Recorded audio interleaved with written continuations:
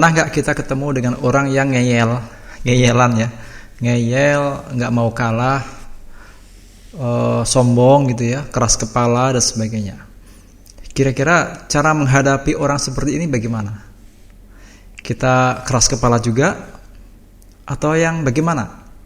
Ketika kita melihat api yang sedang menyala, maka kira-kira untuk memadamkannya kita apain itu? Kita siram pakai air atau kita kipasin? Pasti kita siram pakai air ya. Jadi kalau kita melihat api yang sedang menyala, maka hanya air yang bisa memadamkan nyala api tersebut. Bukan dengan cara mengipasin, menghembuskan angin, karena itu justru akan membuatnya semakin berkobar apinya. Begitu pula ketika kita menghadapi seseorang yang keras hatinya, keras kepala, ya, ngeyelan, apalagi sombong gitu ya, merasa benar sendiri, seperti Fir'aun itu, maka cara kita menghadapi mereka atau orang seperti itu adalah dengan kita redakan sejenak diri kita. Jangan terpancing dengan mengobarkan kemarahan kita sehingga kita jatuh pada perdebatan yang panjang. Jadi kita harus redakan sejenak diri kita, emosi kita. Karena apa? Ya tadi, api yang sedang menyala hanya bisa padam dengan air. Setiap tanaman itu punya tempat sendiri-sendiri untuk tumbuh, ya. Masing-masing tanaman itu juga perlu atau punya cara yang berbeda untuk tumbuh. Demikian pula dengan ketika kita berbicara. Setiap orang punya watak yang berbeda, punya karakter yang berbeda. Kepada mereka yang keras hatinya, keras kepalanya, kemudian nggak mau kalah, ngeyelan gitu ya, maka kita diperintahkan untuk berbicara kepadanya dengan perkataan yang lembut, perkataan yang menyentuh. Kalau bahasa Al-Qur'annya itu qaulan layyinan. Sebagaimana Allah perintahkan kepada Nabi Musa alaihissalam dan Nabi Harun alaihissalam ketika mereka berdua diperintahkan oleh Allah untuk mendatangi Fir'aun. Ceritanya kan Fir'aun ini ngaku sebagai Tuhan. Sehingga Allah perintahkan Nabi Musa dan Nabi Harun alaihissalam untuk mendatangi Fir'aun, dan Allah kasih perintah sebagaimana yang dijelaskan dalam surah Toha ayat 43-44. A'udzubillahi minasyaitonirrajim. Idhaba ila fir'auna innahu tagha. Faqula lahu qawlan layyinan la'allahu yatadakkaru aw yakhsha. Yang artinya, pergilah kalian berdua, yaitu Musa dan Harun ya, kepada Fir'aun. Sesungguhnya dia, Fir'aun itu telah melampaui batas.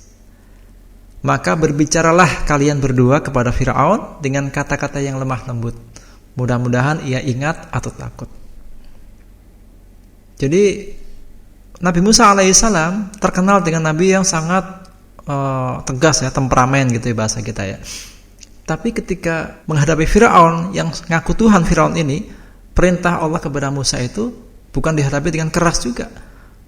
Akan tetapi Allah perintahkan kepada Nabi Musa dan Nabi Harun untuk berbicara kepada Fir'aun dengan cara lemah lembut. Suatu ketika Khalifah Al-Ma'mun didatangi oleh seseorang. Lalu orang ini berkata, "Ya Khalifah, aku ingin menasihati engkau, tapi dengan kata-kata yang keras. Semoga Tuan dapat menerimanya." Kata Khalifah, "Oh enggak bisa begitu. Itu enggak baik." "Kenapa?" tanya orang ini. Khalifah menjawab, "Perlu engkau ketahui, Allah Subhanahu wa taala mengutus orang yang lebih baik darimu, yaitu Nabi Musa alaihissalam, untuk memberi nasihat kepada orang yang lebih buruk dariku, yaitu Fir'aun. Dan engkau tahu, meski begitu, Allah perintahkan Nabi Musa alaihissalam untuk berkata-kata dengan kata-kata yang baik dan lemah lembut." Inilah teman-teman sekalian rahasia mengapa kita harus belajar untuk meredakan emosi kita. Jadi qaulan layyinan atau perkataan yang lembut ini adalah perkataan yang dapat meluluhkan jiwa seseorang. Sehingga ketika orang itu keras kepala, hatinya juga beku, mudah-mudahan ketika kita ajak bicara dia dengan qaulan layyinan, dengan perkataan yang lembut, maka mudah-mudahan hatinya, jiwanya akan luluh, hatinya pun akan mencair. Sehingga kita bisa ajak bicara dengan cara yang baik.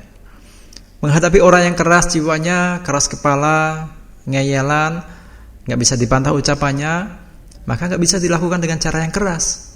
Sebab itu hanya akan membuatnya semakin parah, semakin ribut sama kita nih, gak mau diajak dialog. Sehingga yang harus kita lakukan adalah Jangan sampai kita terbawa emosi. Kita tidak sanggup berbicara dengan tenang, memilih kata-kata yang sejuk ketika emosi kita sendiri sedang meledak-ledak. Kita akan sulit mengamalkan qaulan layyinan ketika kita masih dibelenggu oleh keinginan untuk menjatuhkan orang itu. Jadi kalau kita sedang berbicara dengan orang lain, tujuan kita adalah menyampaikan kebenaran, bukan ingin menjatuhkan orang tersebut. Jangan sekali-kali kita berbicara, apalagi berdebat dengan orang lain yang tujuannya untuk menjatuhkan orang tersebut. Jangan pernah kita lakukan. Itu bukan cara kita.